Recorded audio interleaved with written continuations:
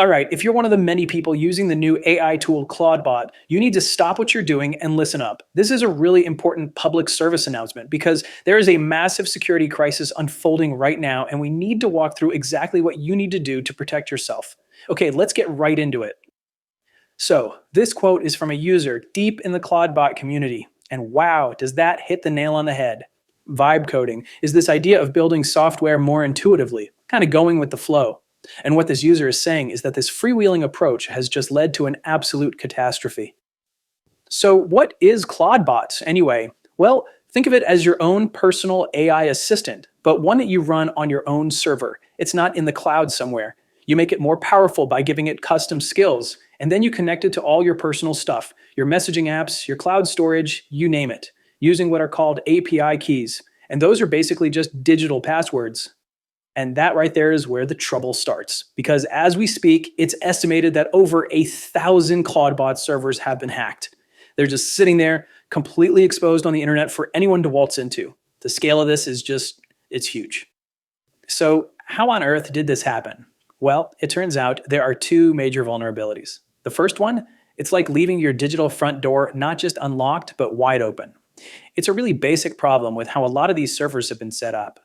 Here's the chain of events. It's shockingly simple. First, a user puts their Claudebot online with a public web address. Then, an internet scanning service, something like Shodan, comes along and automatically catalogs it. Next, a hacker just has to search that database for Claudebot control, and boom, they get a list of thousands of vulnerable servers. And here's the really scary part. Because of a specific bug, that's it. That's all they need. They click a link, and they have the keys to the entire kingdom. Now, the little technical glitch that makes this all possible is, well, it's kind of wild. See, if a server is using a really common web tool called NGX, a bug in the setup tricks Claudebot. It makes it think that anybody visiting from the internet is actually a trusted user on the local machine. It's like your home security camera seeing a total stranger on the sidewalk and deciding, oh yeah, they live here. And once that stranger is inside, they see everything. All of your private messages, all of your server's configuration files, every single skill you've installed. But the real prize, the thing they're really after, is all of your API keys. With those, a hacker can get into your entire digital life. But let's say your server is locked down. You've bolted that digital front door shut. Well, there's a second, just as dangerous threat you need to know about. We have to talk about the Trojan horse, the one that's hiding inside all those community-built skills. This is what we call a supply chain attack. It's a sneaky tactic. Instead of trying to break into your server directly, a hacker puts malicious code into a third-party add-on, a skill. Then you go to a community hub, you see this cool-looking skill, you download it, and you willingly install the malware yourself. And you will not believe how easy this is to pull off. To prove just how vulnerable the system was, a white hat hacker, one of the good guys, created a fake skill with malicious code inside. Then they just artificially pumped up its download count to over 4,000 to make it look super popular and trustworthy.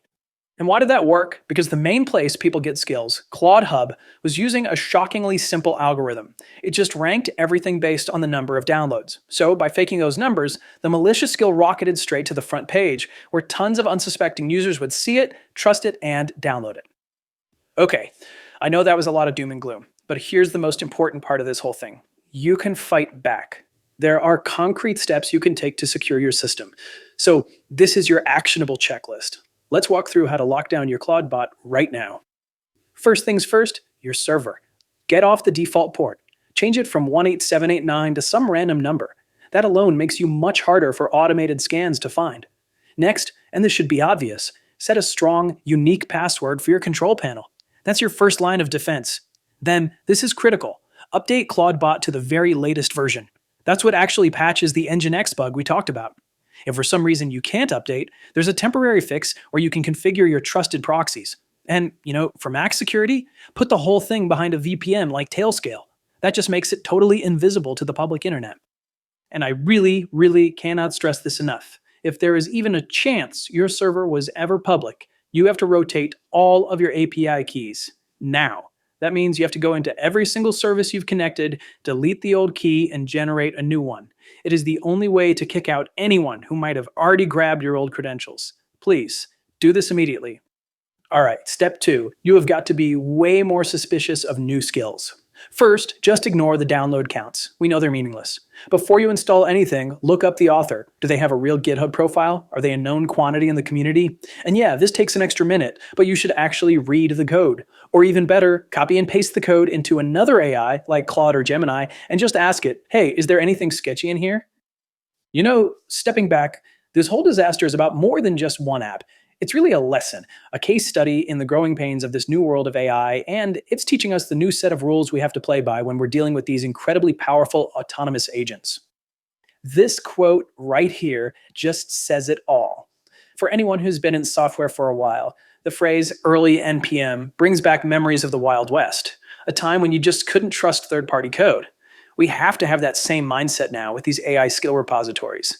You have to assume that absolutely nothing has been checked and that anything could be dangerous. And that really gets to the heart of the matter. These autonomous AI agents are so powerful because we give them so much access. We hand them the keys to our digital lives. And that power creates a responsibility for us, a responsibility to apply a much, much higher level of scrutiny than we're probably used to. Which, of course, leaves us with one final and really crucial question to think about. We know for a fact that these agents are only going to get more powerful and more autonomous from here on out. The real question is, are our security habits ready for that? Are we evolving fast enough to keep up with the risk?